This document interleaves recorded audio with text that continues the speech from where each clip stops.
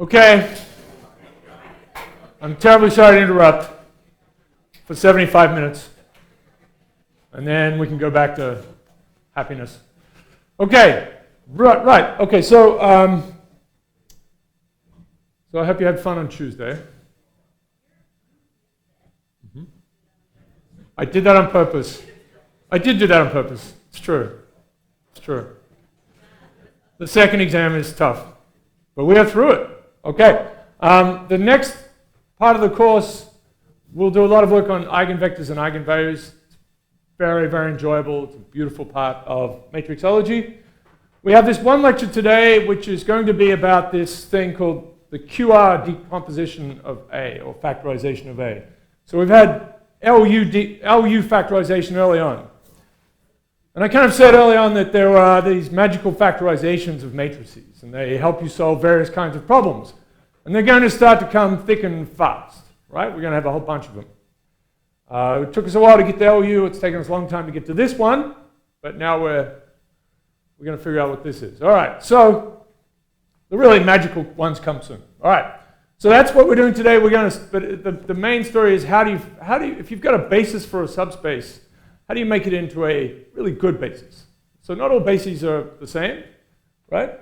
Sort of a two legs good, four legs bad sort of situation. That's what we're going to. And it will depend on the problem you're solving, on the matrix you're playing with, whatever the system is. We'll see all sorts of things pop out. All right. So what things we're going to talk about today, it's fundamentally this, orthogonal bases, right? So you've been playing around with I hat and J hat, and I hat and J hat and K hat. Those things are just built in. And there's a reason for that. But we'll need to find them for all sorts of subspaces. The very illuminating gram-schmidt, the name here, gram-schmidt process, will be what we'll use. Anyway, we like to name it after people, but it's got nothing to do with them. They're just some humans who figured it out, all right? If we were octopuses, we'd have some other... Yeah. All right, okay. So we're going to get to this thing QR, A equals QR. And then, of course, what this means for AX equals B, because for some reason we keep talking about problem. All right. And then next, as I said, eigen things, eigen stuff. Really good. Really delicious. Fantastic. All right, so bases. Okay. All right. Let's see. So off we go. And I'm going to try to not write in this little umbral area. Shall I call it that? Okay. All right. So some bases are better than others. It's a harsh truth. Well, they're just more appropriate for the problem you're working on, better than others. All right. All right. It's true. But we have all sorts of bases, and it depends where we are. Okay, so this is just, this is an observation. And the first point here is, so we've been finding bases, right? They've just been popping out of our methods. So let's write that down. So, so far, we've been talking about bases, but so far we've been finding, there's no apostrophe, it's not there, we've been finding bases for our four subspaces, bases for our four fundamental, the emphasis on fun, I know, you love it, fundamental subspaces, and they just pop out, right? And they've just popped out.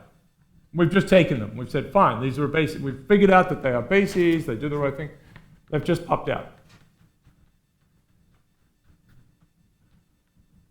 Right? So there are ways then of obtaining better bases in the first place. There are ways of, given a basis, of messing with it to create a better one. So that's what we're going to do today. So today, we'll find a method. So a method for making a basis a better basis. Now, something that is sitting a better basis. So something that is sitting in the normal stuff you've dealt with, I hat and J hat, and I hat and J hat and K hat, is they're at right angles to each other. That's very helpful. All right? So as much as we can, we want this. So our goal, right.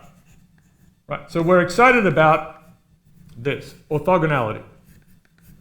Excited about everything to do with matrices, right? But about orthogonality. Right, and let me write it here. So I hat and J hat in R2. Very nice. Very nice. Bless us all. All right, so I hat is perpendicular to J hat. That's a really good thing, right? Very useful. And I will take photos of this thing because it saved my bacon the other day. Okay.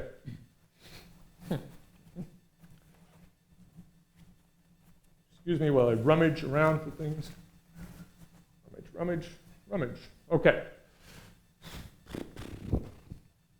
No, I've lost my thing. Okay. So fair enough. It's just we'd love things to be at right angles, and they're not often. That's not often the case when we find them for our 4 subspaces.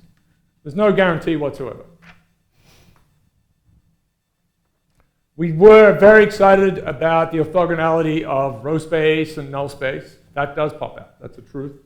And column space and the questionable left null space world, they're at right angles. So they were good things. So, so there's no guarantee. So previously, there's some very weird things happen for free eventually. So no guarantee that bases for these guys, row space, and column space and row space and null space, your good friends, I know, are orthogonal, right? That is, all of the vectors, all of the basis vectors are at right angles to each other. Meaning all basis vectors are at right angles to each other. So we've got the idea. So how do we fix this up? Because those methods, we're not going to get, right, this is a very cumulative course, we're not going to get rid of those methods. I'm not going to tell you that we're going to approach it in a different way. We're just going to fix them up once we've got them.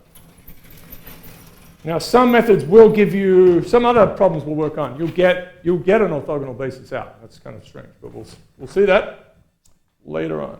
Okay. All right, so here's an example. So I'll give you something to hold on to here. So we have example. Let's say we have these two. This is a basis, okay, for a subspace -201 and 112. Right, 2 vectors. Let's call them, suspiciously as usual, A1 and A2.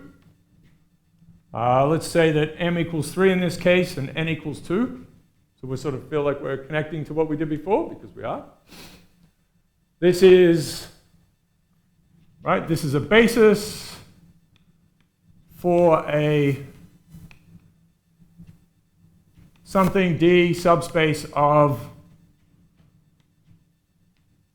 R. You write those things in.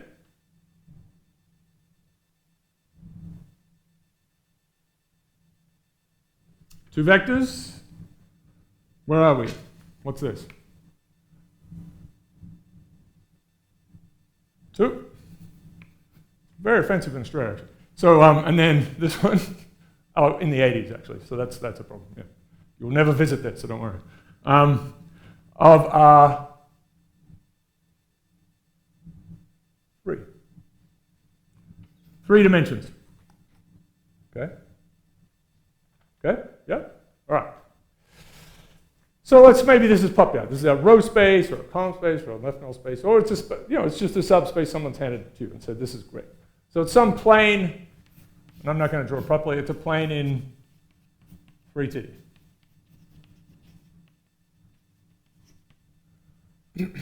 So, what's a nice thing about these guys then?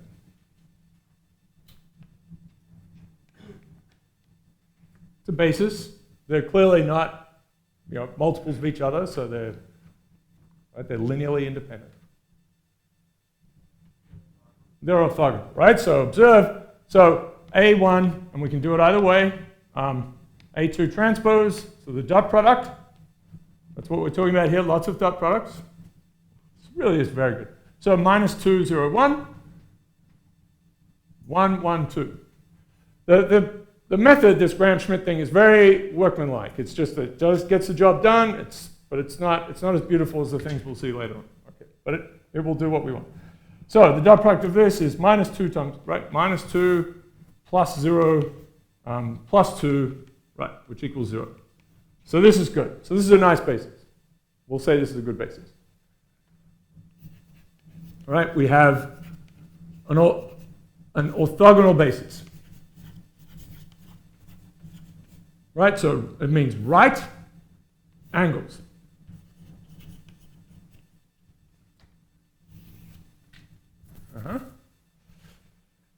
All right, so that's good. So that's one example. So we'll call it example 1. So example 2. Mess with this thing. So what about this one? Right, so 1, 3, 7. So again, it's two vectors. You can see that they're not multiples of each other. Right, so they're at some, these things are somewhere like this. Let's just draw them abstractly, 1, 3, 7 and 1, 1, 2. Add multiples of these things and you carve out a plane. So it's a plane in 2D, in 3D. 2D plane in 3D. And again, we'll call them A1 and A2. And now they are not at right angles, right? So now we have A1 transpose A2, take their dot product. Everything is built out of dot products. 1, 1, 2. Gosh, I have to do something. So this is 1 plus 3 plus 14. 1 plus 3 plus 14 equals 18. So not equal to 0, so it's a bad bit. We're a little unhappy, okay? So this is upsetting. This is upsetting.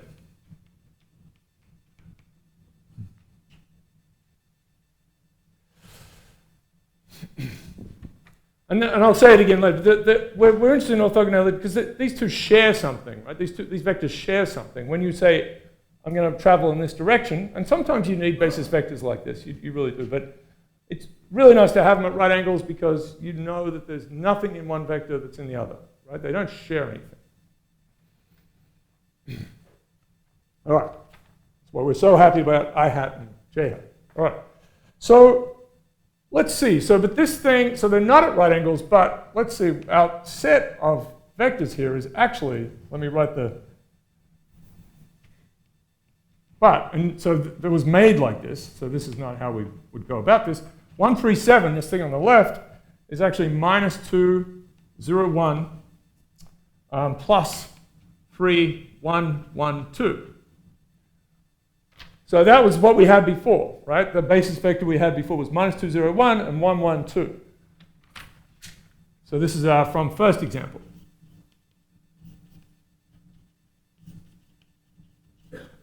So if we had a way of cleaning this part off, so here's the big observation. If we had a way of coming along with a little machine that said, okay, I like 1, 1, 2, I want to keep that one. This is not the order we'll do things in, but let's say you really like that one. But you see that part of 1, 1, 2 is in this vector as well. So you want to find that part, remove it, give it a kind of a haircut, and then you'll have minus 2, 0, 1. Right? So, and then you'll have two vectors describing the same plane. They're at right angles. So the game is, right? Let me write it here. So the idea is remove this part. So the game is, so we want to create a machine, create a method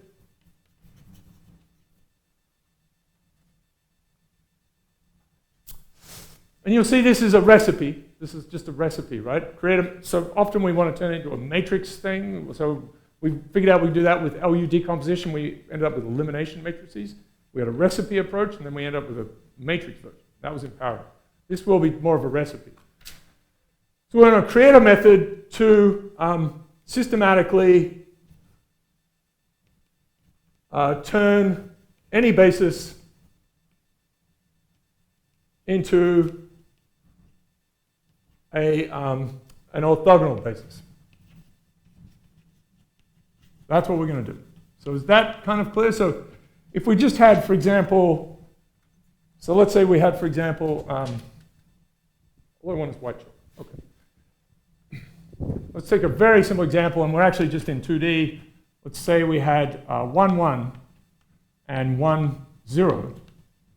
Right? And we call this one A1 and this one A2. If we have a method that takes us to this, which would be our normal, this would be our new one, and this is what we had to start with, 1, 0 equals A1. And these are at right angles, right? It's I hat and J hat. So if we could do that, so don't think of it as rotating. That's kind of a bad way to think about this. We want to think of removing this part. Remove. So what is that? We've had a method for kind of getting at that. There's one word that you might feel free to yell out that's relevant to the course. Projection, right. So if the thing you can do is project this vector onto the one you have to start with, and then remove that part. Right. So this is great because we've already done it. Once again, we've already done it. So this is all about projections.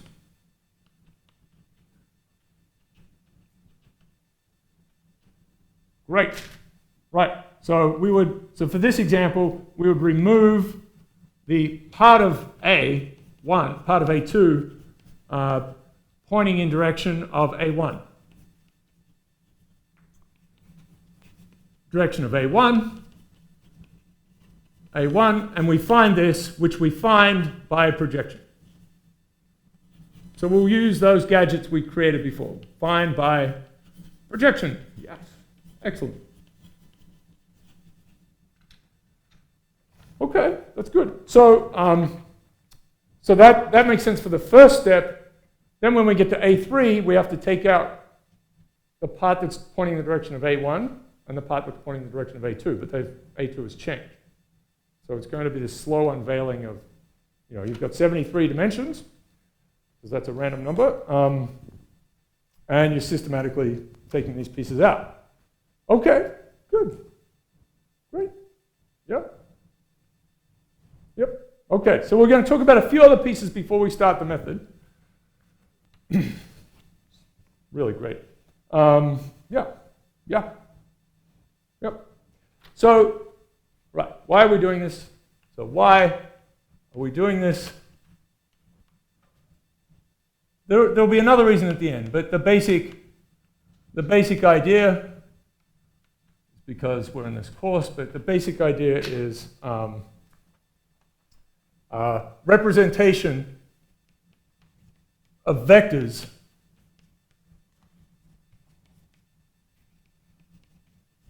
with bi-orthogonal bases is very clean. Bases is clean. Right? All basis vectors are distinct from each other. They're really strongly distinct. Okay, so let's do a little bit of just abstract stuff before we go on. So we've got a couple of bonuses. We always have bonuses. Okay, this is nice. It should be kind of obvious, but we'll use some monk behavior to prove it. So a bonus, a set of orthogonal vectors. So not talking about a basis, right? So a set of orthogonal vectors. And I'm just sort of saying that so that means they're mutually orthogonal. Right? Each vector is orthogonal to each other one. vectors is automatically, what is it automatically? It must be something. What's that? Well, so you've got a set of vectors. So let's say we've got just I hat and j hat in 3 dimensions. They're at right angles to each other.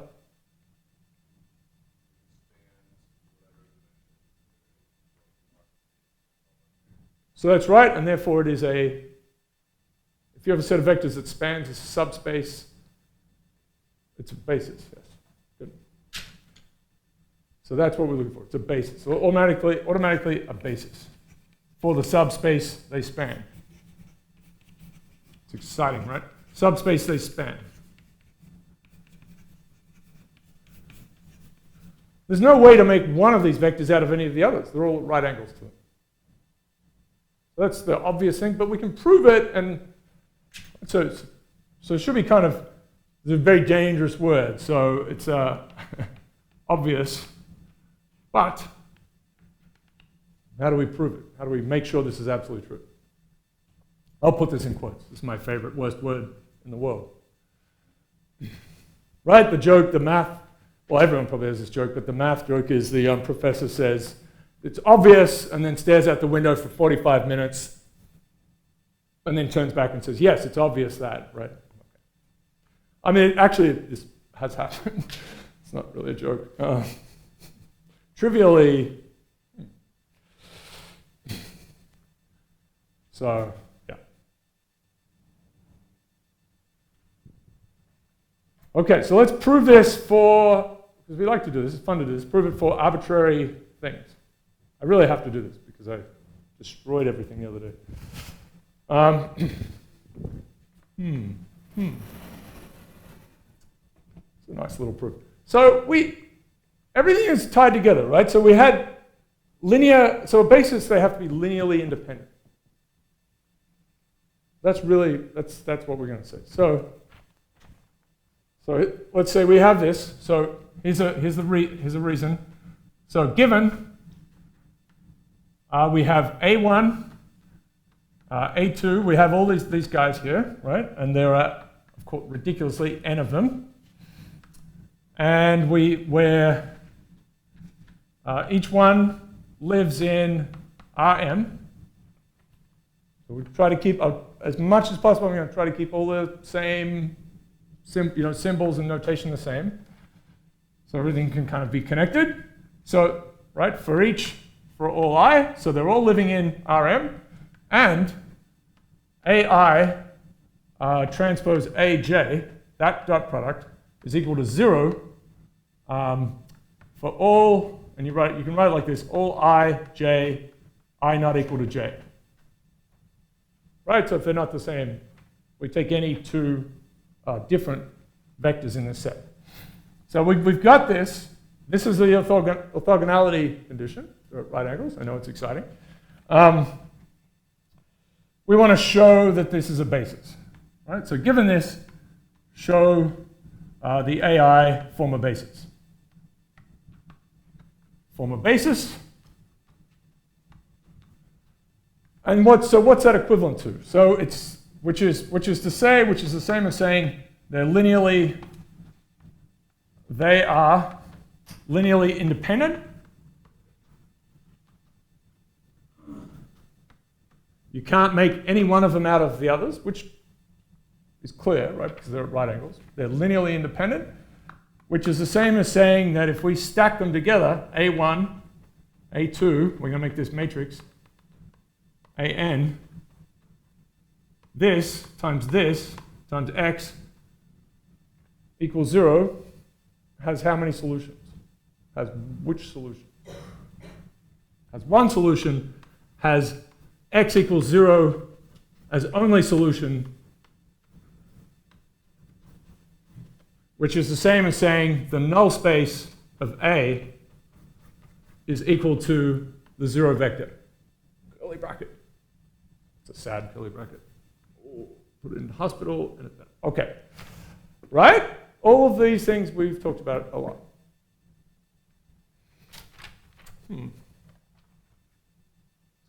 Okay, so Can I do that? Is that awful? It's probably awful. Okay. So let's do it in two different ways, and I'll show you how this works. This is very nice. Very nice. Okay. Cool. Cool. So, proof by contradiction.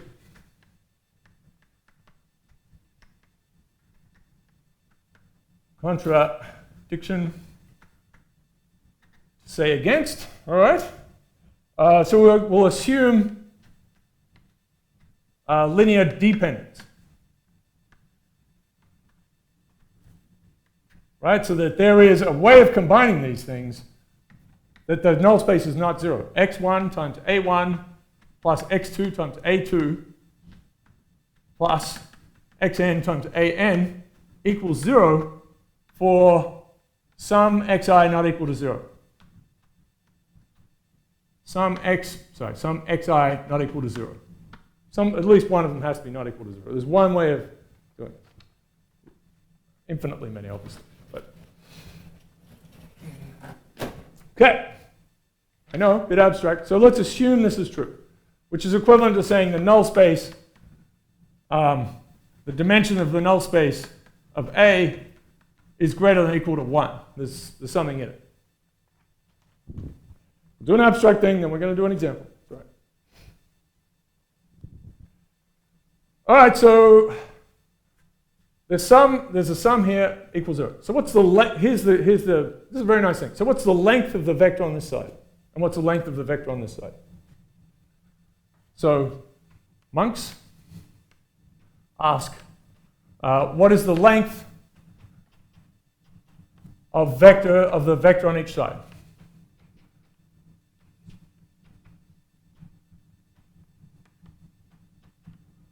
Very casually, they're just sweeping, and they just say, what is the length of the vector on each side?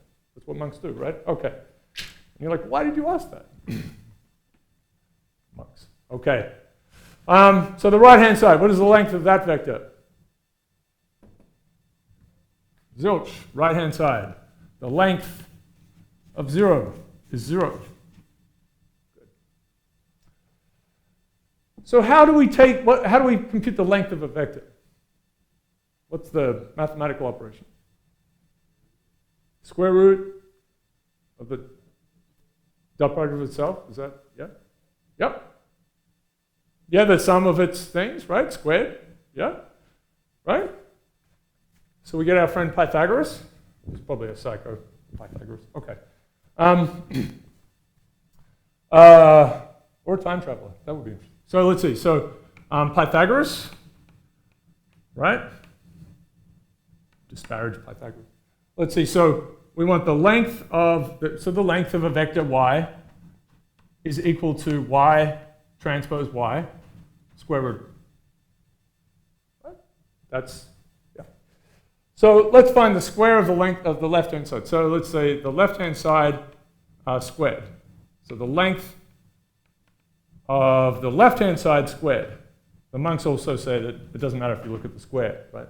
It's okay. Square roots are messy. So we'd have x1, and let's take the transpose of all of this. x1, a1 transpose plus x2, a2 transpose plus xn, an transpose. That's the transpose. And then we're going to take the dot product with x1. The dot product is multiplying this. a1 plus x2, a2 plus xn. I'm excited about this. an. Now you can distribute it all, right? So we're going to have this dot a1 transpose times a1, a1 transpose times a2. All of the cross products are there. So what can you tell me about that? What about a1 transpose times a2?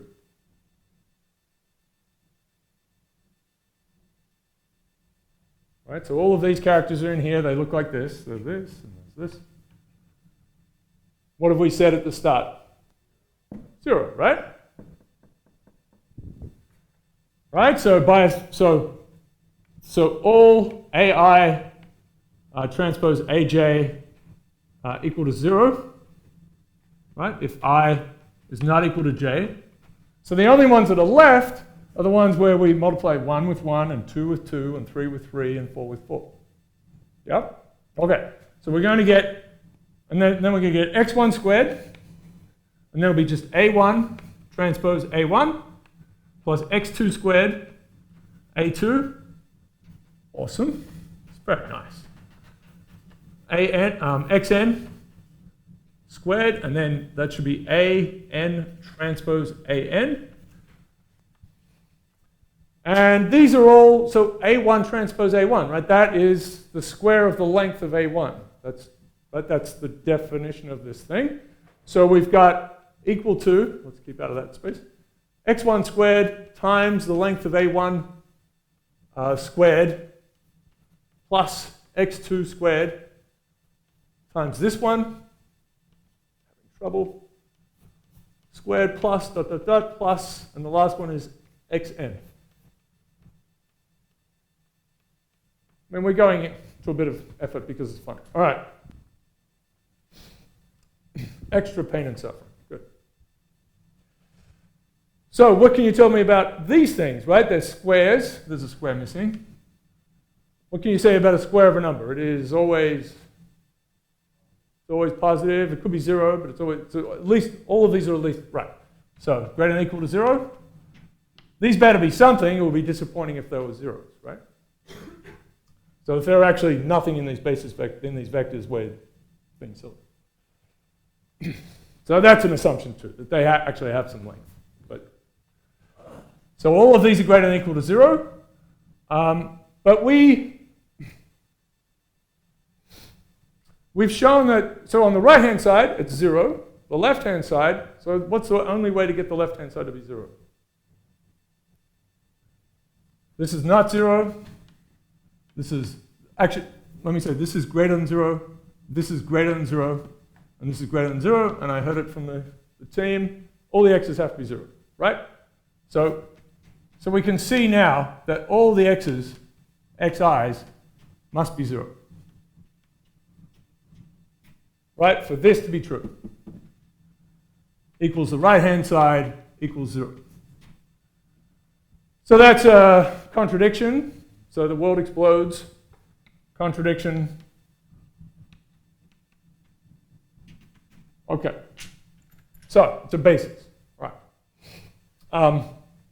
Another way, and just to sort of, I know this is abstract, but another way to play with this would be to say, to sort of elevated version of this would be,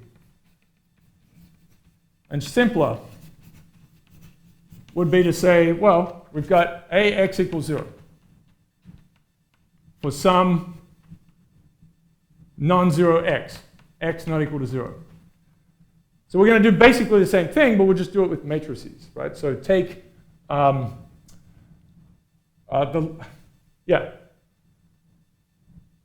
we could do it like this. We could do it like this. A times x transpose times ax equals a times x transpose times 0. It's the same kind of idea. So we've taken the equation here, right? Ax equals 0, and we've pre-multiplied it by this vector here. This is a vector, actually, right? So what's on the right? Well, this still has to be 0 because it's just multiplying 0. And then on the left, because we know magical things about transposes, we do the right thing with this, right? This becomes, whoop. It's important to make that noise. Whoop. X transpose, A transpose. I do apologize. A times X. Look at that. It's great. And then this thing,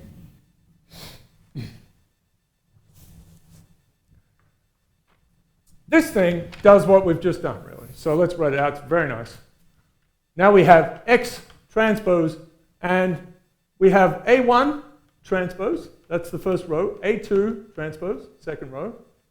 AN transpose, dot, dot, dot. This is A transpose. And then that's multiplying A1, A2. We're just stacking them up. AN. And then we've got X over here. And then if you think about this, this is a very important kind of product. So let's think about this product.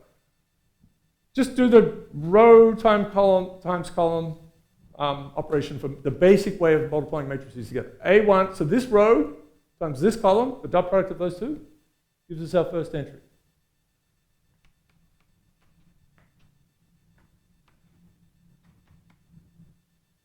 Just x, right? So that's the dot product, right? So it's A1, it's a dot product of A1 with itself. So that is the length of A1 squared. The next one is A1 dot A2, which is 3. Take this one and dot product with A2. A1 dot A2 is 0. A1 dot A3, 0. So this is going to be 0, 0, 0 all the way. So everything off the main diagonal is zilch. So I'll draw in the first ones. The main diagonals are all the lengths of the A squared.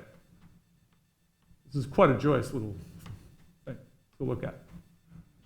All the way across to 0, all the way across to 0, 0, 0. These are, this was a m by n, and this is an n by m. So the whole thing is n by n. And we'll go all the way down to a n. The length of that guy is 0. So that's pretty good. It's a diagonal matrix. We're going to see a lot of these. A lot of these things. A groovy diagonal matrix. Even those words are old for me. Diagonal matrix. Yes. So this would then be, you have x1s. The only thing they can do when they come through is, if you think about what this does, it's just going to get the first x1, x2, down to xn. This row dot with this one just gives you x1 times a1 squared. This one just couples the x2 and the a2 squared. Right? This one just picks out the xn. So we get that guy.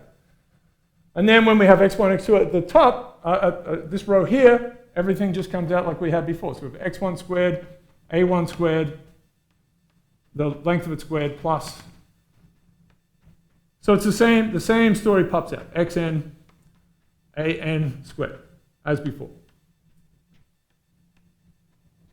I know, seems like a long walk, but this is a very powerful kind of structure. We'll see it pop up more and more. And generally speaking, when you have this kind of thing, you can have an x vector here and a y vector here and a diagonal thing. They just, these ones get matched up with a weight, right? There's a weight, if you like, here. So x, the seventh entry here multiplies the seventh entry here and the seventh entry here, and they just become a thing. Okay, that's a lot. All right.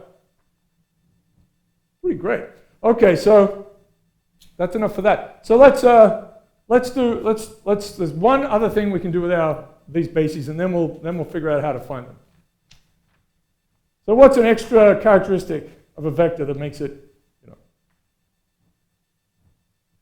even better?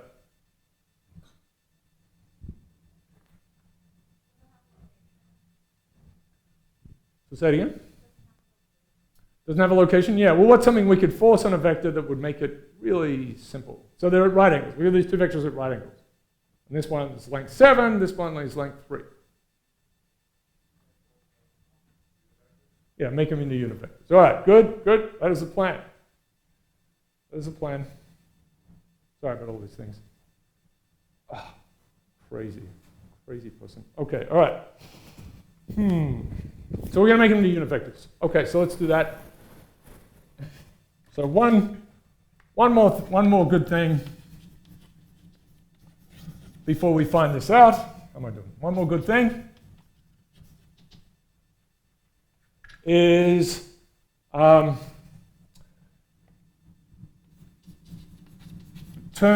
we turn orthogonal bases into, and the word we will use, we lose angle, but we just say orthonormal. So they're right and they are unit length. It's a bit of a funny term. 8 bases. By making all vectors unit vectors.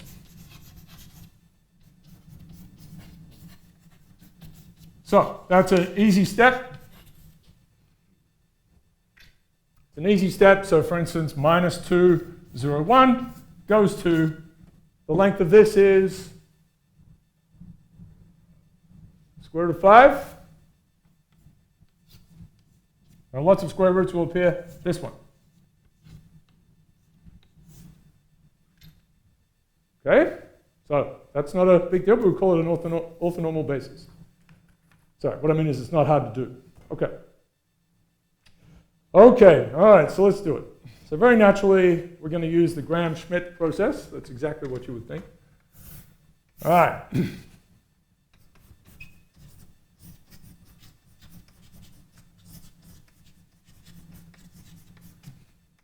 Be a way of making hot dogs. I mean, really. Okay, schnitzels. Okay, gram-schmidt process. All right, I want to give you a good example. I have various examples of varying quality. This one, okay. All right, so let's work through. So I'm just going to show you with an example. So we'll work through an example, and then we'll kind of lift it up and see what it does in general. Work through an example. So this is something you should be able to do in practice. Okay. Let's say we have these characters, 1, 1, 1. That's a fine thing. And then we have 4, 2, 0. Let me get these right so I don't lose them. 5, -4, and -7. Correct? Okay, so these ones, this is going to be our normal thing. We're going to call these A1, A2, and A3. It's got funny tails on them. And you can see that they're not at right angles, right? So we just take the dot product of these two. Right, so it's not orthogonal. So we're a little bit sad about that. If we take the dot product of the first ones, and I know I'm running out of space, A1 transpose A2 equals 6.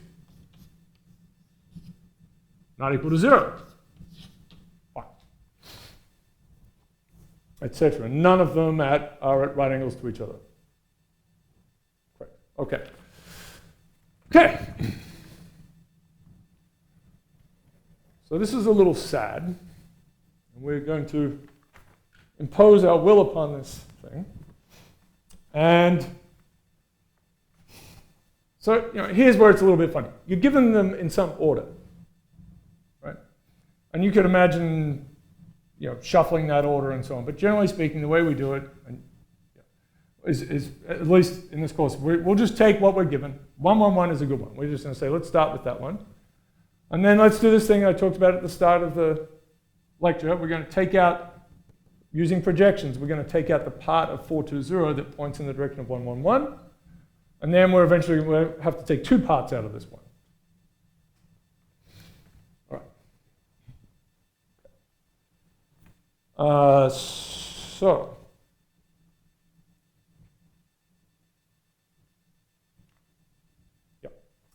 So here are the steps. And you can see it's just for a 3-dimensional example of 3 by 3.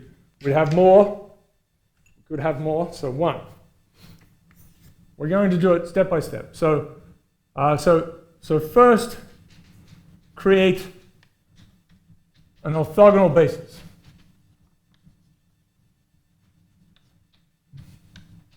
And then to make an orthonormal one, we simply divide through by their lengths. But this is the hard part. Okay, so A1, we're just going to say C1 equals A1. 1, right? So we're going from, let's say, this sort of thing. Let's say this is A1, A2, and A3. Right? They're not at right angles. And then we'll have C1 will still be in the same direction. And then we'll have something like A2 will end up here, and A3 will maybe end up here. And these will be at right angles. Right, so that's our idea. These two are the same.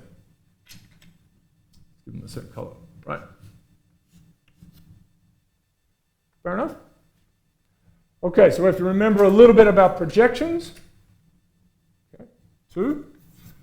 So C2 is going to be A2. We start with A2, and then we subtract off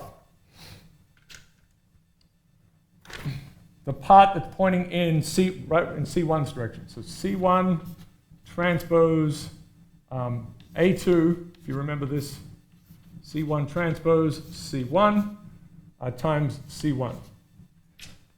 We had a couple of ways of thinking about projection. This is the first way we produced it, right? We projected a vector B onto the direction of a vector A. So this is, we've got C2, and we've got C1, and we're projecting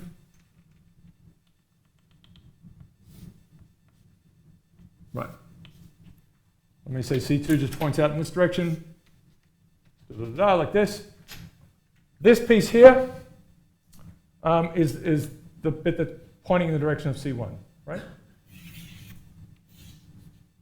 This character. So it's what we call P before. We're just going to pull that off. You can go back to the lecture we derived this in, where we got it from. And there's another way of presenting this, which we'll get back to in a little bit. So 3 is C3 equals, so we start with A3, and we've made, these two are now at right angles, right? C1 and C2 are at right angles. They're our new bases. So we're going to take this one, and now we're going to subtract off the part that's pointing in the direction of C1 and the part that's pointing in the direction of C2.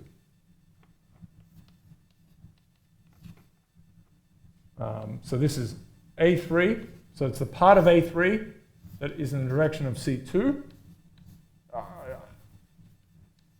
It's hard to write these without making horrible mistakes. C1 transpose A3, and that's times C1 over here, and there's a C1 normalization on the bottom.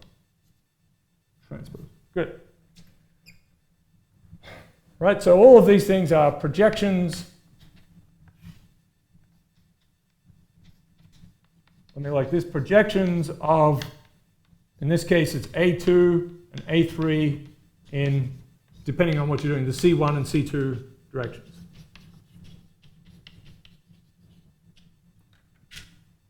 Right, so if we did a fourth one, we'd have to take 3 pieces off. If we did a fifth one, we'd have to take 4 pieces off. So it gets more and more, right, cumbersome as we go along. Yes?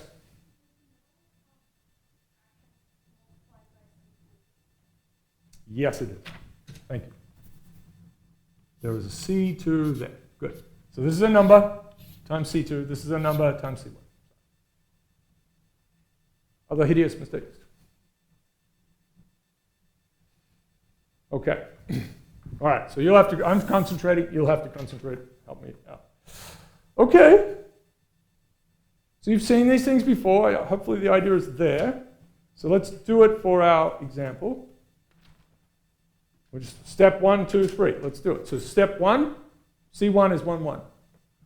So step 1, we're going to have C1 is A1, and in this case it's 1, 1, 1. So we're done. Right?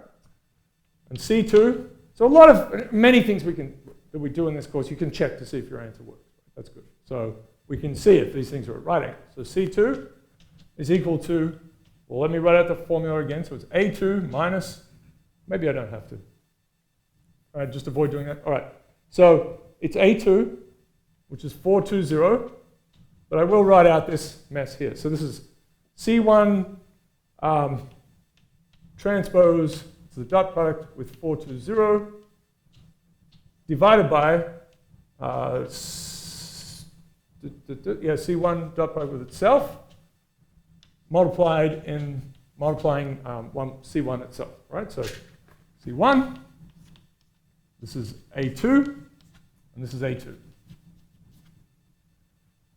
All right, so let's get our numbers. So this bottom bit here is 3.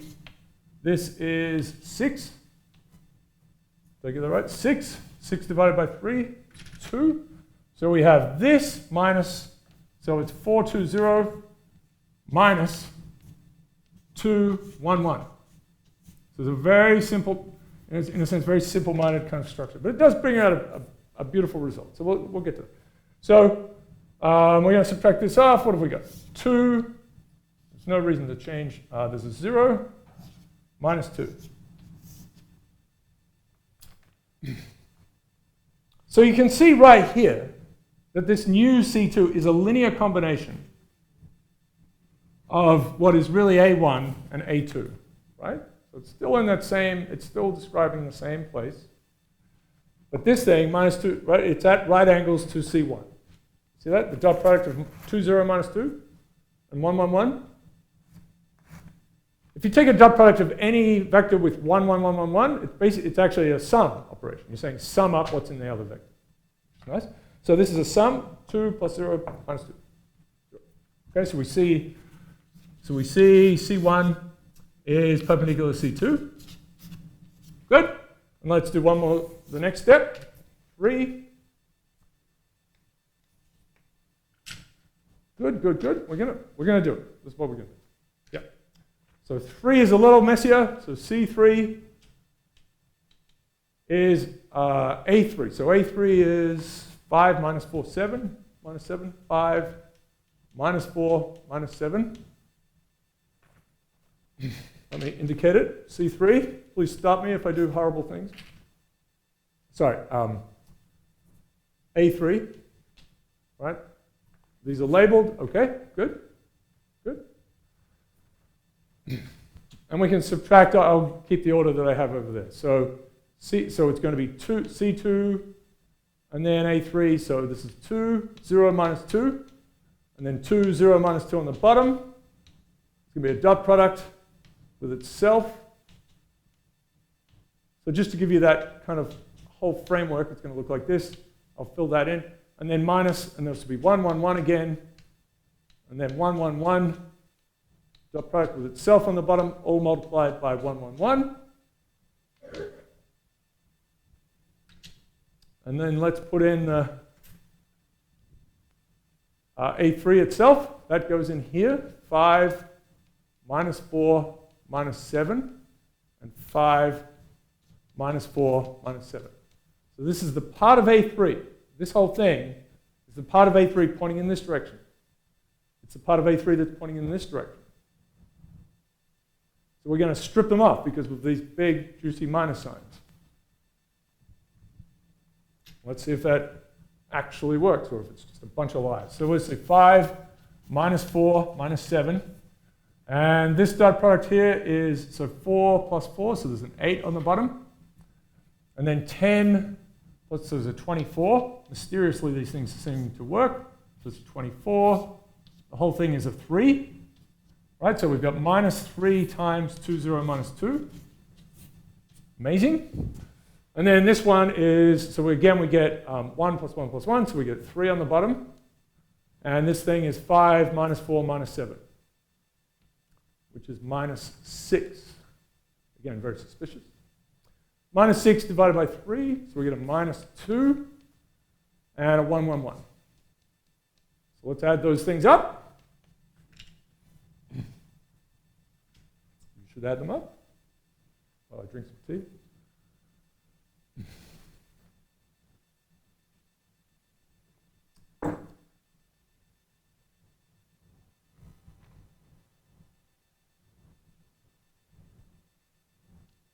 Gesticulations? We're okay? Okay. You're thinking about South Africa thrashing Sri Lanka, right? Yeah. Just try and concentrate. I know it's hard not to think about it. But 5 minus 6 plus 2. Yes? It's very hard. What do we get? 1 maybe? Minus 4 plus 2. Minus 2. It's very exciting. Minus 7 plus 6. So this will be minus 1 at this point. And then maybe 1. Yes? You get that? Yep. So magically, let's look at it. So is that thing at right angles to 2, 0 minus 2?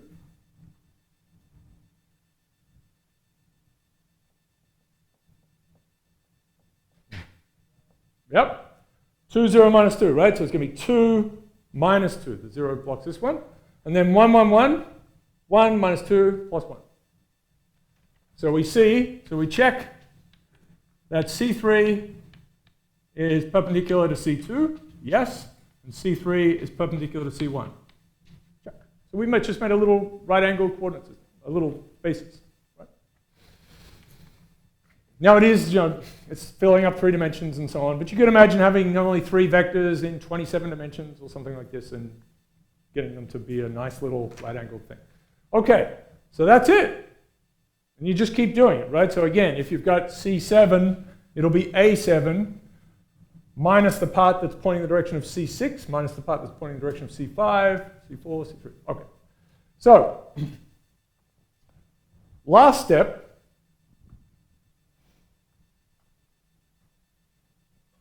So the last step, and you don't have this notation yet. So the last step,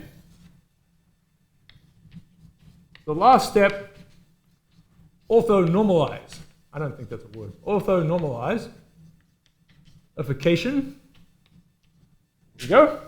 And we'll call them, for some reason, we'll go from C to Q. All right? So Q1 will equal 1 over the length of C1 times C1. So we divide C1 by its length.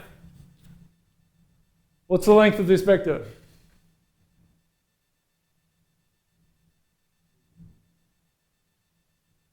The square root of 3. 1 squared plus 1 squared plus 1 squared. 3 times 1, 1, 1. I've got room here. I'm going to put them here. Q2 equals 1 over the length of C2 times C2. You should write them down. Write them down. C3 equals 1 over the length of C3. Good?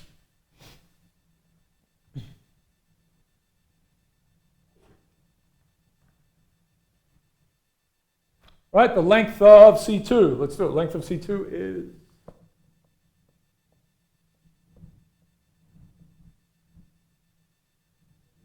square root.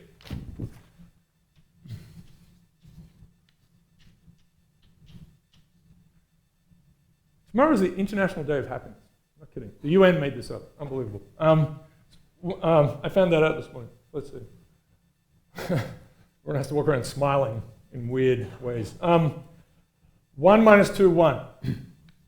Obviously something bad will happen a lot. So 1 over the square root of 6. Totally gave it away, didn't I? So we're getting ahead of the game by talking about matrices. Okay, so this is our orthonormal basis. Someone gave you a basis, and you hand back, there is a better version. And they're like, well, thank you very much. Okay, now, we can do something extra with this. Deviated from my course.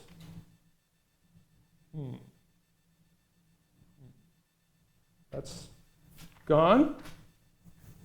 Okay. Right. Okay. So here's the extra goodness. Okay. So let's see if we can turn it into a factorization. You do have to do this procedure, right? You can tell a computer to do it, but we don't have a. Well, it's fine. Yeah. I mean, yeah. Yep. But it's one of these things that unfolds, right? You have to find C2 before you can start to do this one. You have to find, if you've got to C8, you have to found C7 and C. Okay. It's a step-by-step thing. Okay, right, this. Okay, great.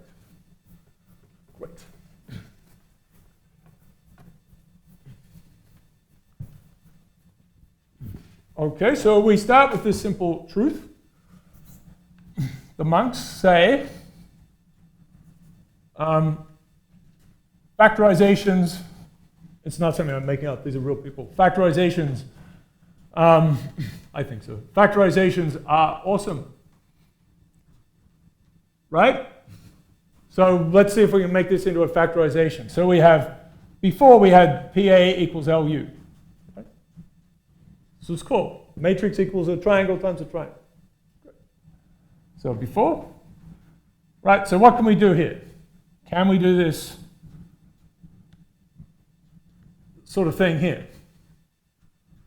Yes, of course, of course. The monks would not betray you. Okay, so I guess there are dark monks. Okay, let's see. That's calculus. Okay, so let's see. So we have, we'll make this observation. So we know that A1 is in the direction of, it just is because the way we've defined it, it's in the direction of Q1 hat, right? They're the same thing, we just normalized it. So we know that. We know A2, so if we went back to this equation, and we put this blob on this side, then we have A2 is something in the direction of C2 and something in the direction of C1.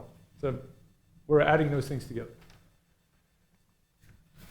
It's in this direction of Q1 hat and Q2 hat. We put hats on it. So we always put hats on things. They're little party vectors. A3 is in, we do that because they have unit vectors, right? Okay.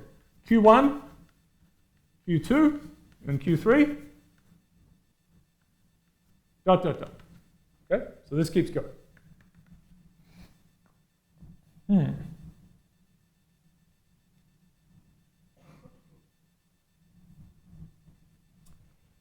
So we should be able to do this. We should be able to say,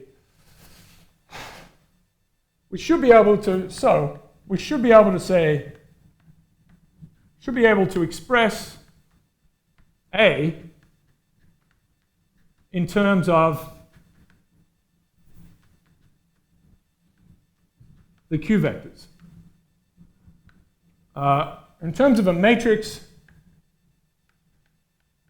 let me write it like this. Matrix with, should be able to express A, there should be an a matrix with the Q vectors in it, Q hat vectors.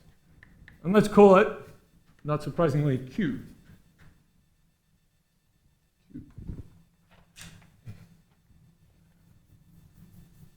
Okay, it's the James Bond guy. All right. Okay, good. So Q. What about this Q thing? Oh, I guess I just erased what I. All right. Oh. Did I not take pictures? Whole disaster. All right. Okay. Okay.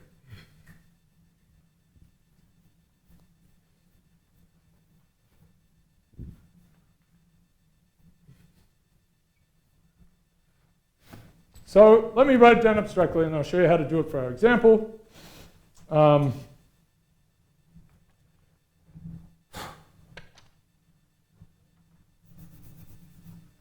So we know that, in fact, so from before, from projections,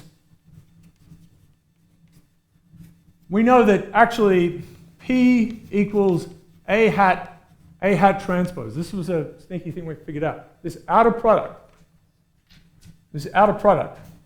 come back to, for us to figure it out again, this outer product projects so any vector in the Q direction, in the A direction, in the A hat direction. Right? It's actually a matrix. So we could do this with the Q's. We want to project the Q's. So we could say, because we know that A1 is only dependent on, this is a funny thing to do. It's going to be it's Q1's transpose. We're projecting the Q direction times A1. So we must have this. Let me write it down and try to defend it. A2 itself has to be the part of A2 that's projected into the A1 direction, and then the part of A2, so we're gonna cut A2 into, right, that's what it is. Q2, Q2, A2.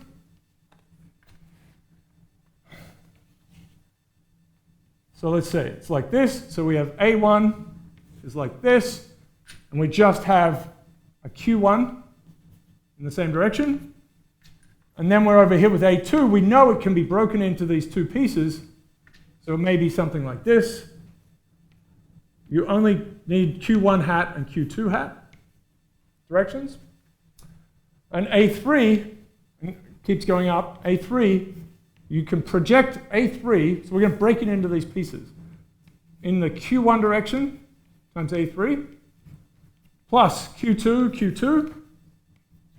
Transpose, this is a transpose, transpose, yes. Take the part of A3 that's in the Q2 direction. I know this is out of control. And then we take the last one. So now A3 is broken into three pieces. If we try to project A1 into the Q2 direction, there's nothing there. It's at right angles to it. There's nothing of A1 in the other direction. There's nothing of A2 in Q3's direction. So we have this triangular structure.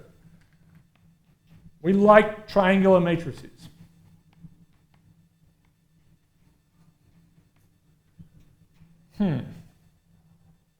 Let's do it, okay? So let's take this craziness. This is by construction, right? By construction, this must be true. A3 has to have only 3 components. A7 has 7 components. A1 only points in the direction of Q1. All right. So now, crazy times. We're going to do this. A1, the vector A1, the vector A2, we're going to stack them up. This is our matrix A.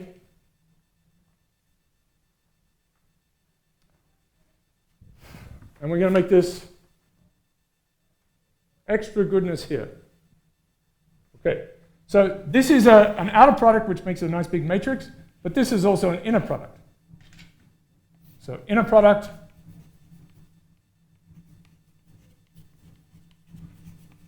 and this part is an outer product.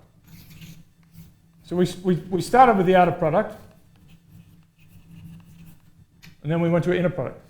Undercooked, overcooked. Okay, so we have A equals, and we're going to stand back from this and look at it and see if we can do it. Q2, this will be great. Q2, Q3, and stack them up. So this is our Q matrix. And then we'll have another matrix here. It's very general, and it's just going to be these inner products. Right now, Q1 hat times A1, that's there, 0, 0, Q2 hat A2, vector 0, Q3 hat A3, and then there's a Q2 hat A3 here, and then a Q1 A2 like this. There's a hat there, there's a Q1 hat, and an A3 here. So A3s, A2s, A1s, Q1s, Q2s, Q3s. So we're forcing this to happen, and I need to put all the transposes in. So transpose, transpose, transpose, transpose, transpose, transpose. These equations now in matrix form. So we think about how this works. This vector here says I don't want any of the second column or the third column, 0 of this column, 0 of this column, and I want this one multiplied by Q1 transpose A1, which is here. This one says I want the first and second column, and it's going to give you these pieces, and the last column says I want this one, and this one with these pieces multiplying it, post-multiplying, and it gives you this structure. Okay, you're going to have to look at this one. Horribly, we will call this R. This is not the R we had before. This is just what other humans have done. So those monks were not communicating. This is it's not this. It's just a notation convention. So what we have in general now is A can be written as Q times R. A was our basis. Q is a better basis. And this is a combining matrix. So in general, this is an m by n. This is an m by n. And this is an n by n square matrix, combining matrix. I want to show you, because I know we're getting close as usual to the end of it, but I have two things to show you. So if there were, n of these and, did I say the wrong thing? 7 of these and 7 of these, you'd have a 7 by 7 over here. This could be, this actually could apply to, any dimension this way, right? M could be 1,000. I know this is a little hard to look at, but you can, let me show you two things. So our example,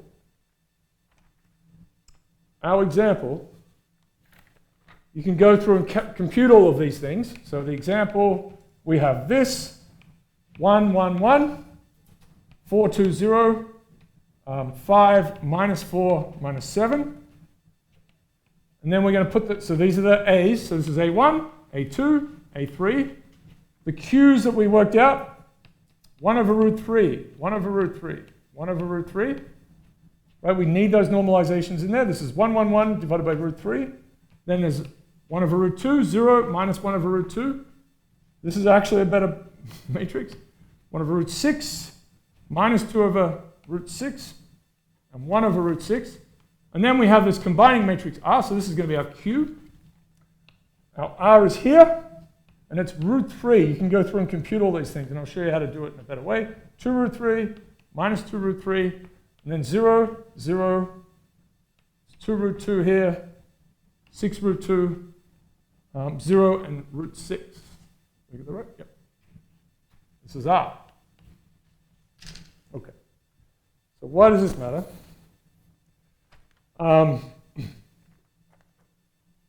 Two things I need to tell you before we go. Yes. Yes. We'll come back to a point. So we figured out how to find Q. So the quick way to find R. So the easy way is you could remember this whole mess here. Easy way to find R is through this. We've kind of argued that it's always possible. It's upper triangular.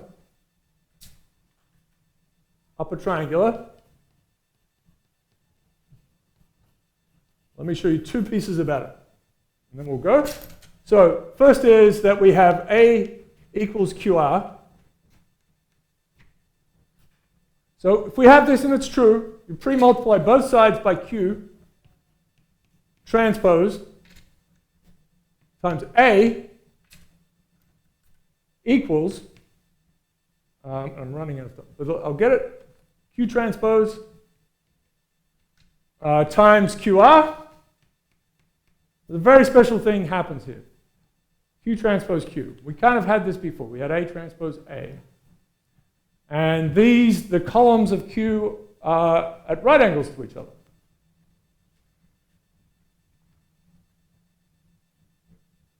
So lots of zeros. Q1 hat like this.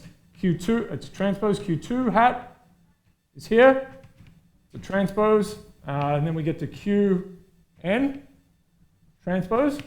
Please let me finish this one. And then Q1, Q2, Qn. What's Q1 dot Q1? So what's the length? It's the length of Q1 squared. It's Q1 dot Q1. The inner product of Q1 with itself. 1. So and it becomes the identity matrix, right? So the QIs are all, QI and QJ are at right angles to each other. So this thing is the identity matrix, yes. 1, 1, 1. So that's kind of awesome. And it is an n by n. So this is actually the identity. So now we have Q transpose A equals R. One more thing to show you after this. So the combining matrix is this. Once you've got A, you multiply by Q transpose, you find Q through the gram-schmidt method, and then you just do this product. Okay, last thing.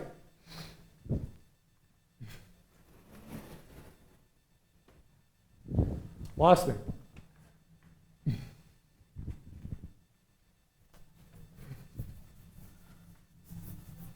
One more minute. Okay.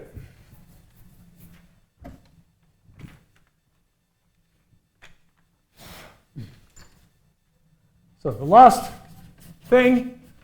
So now we've got A equals QR. So let's go, so consider, again, AX equals B. So it's just a few quick lines, So we've got this problem that we've thought about for a lot. So let's stick this QR thing in here. It's got these special properties for Q, special properties for R. Q times R, X, equals B. So we can pre-multiply by this thing over here.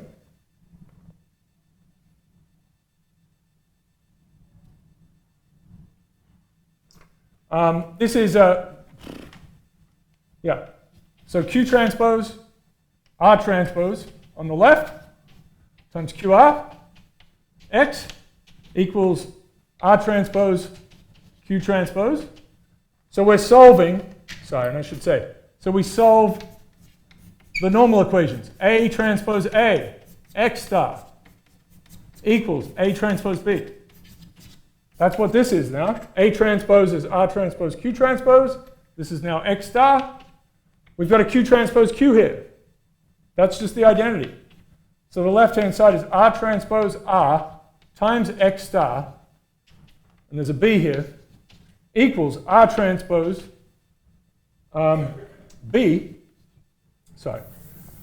Q transpose B with an R in the front.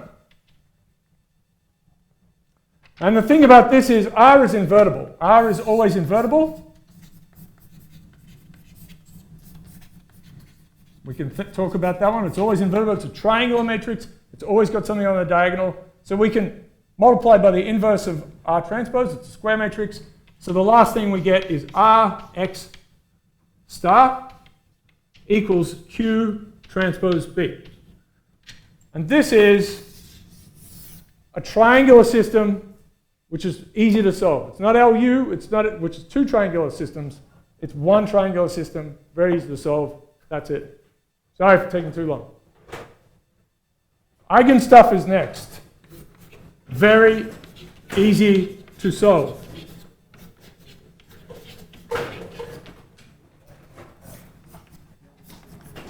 Triangular system.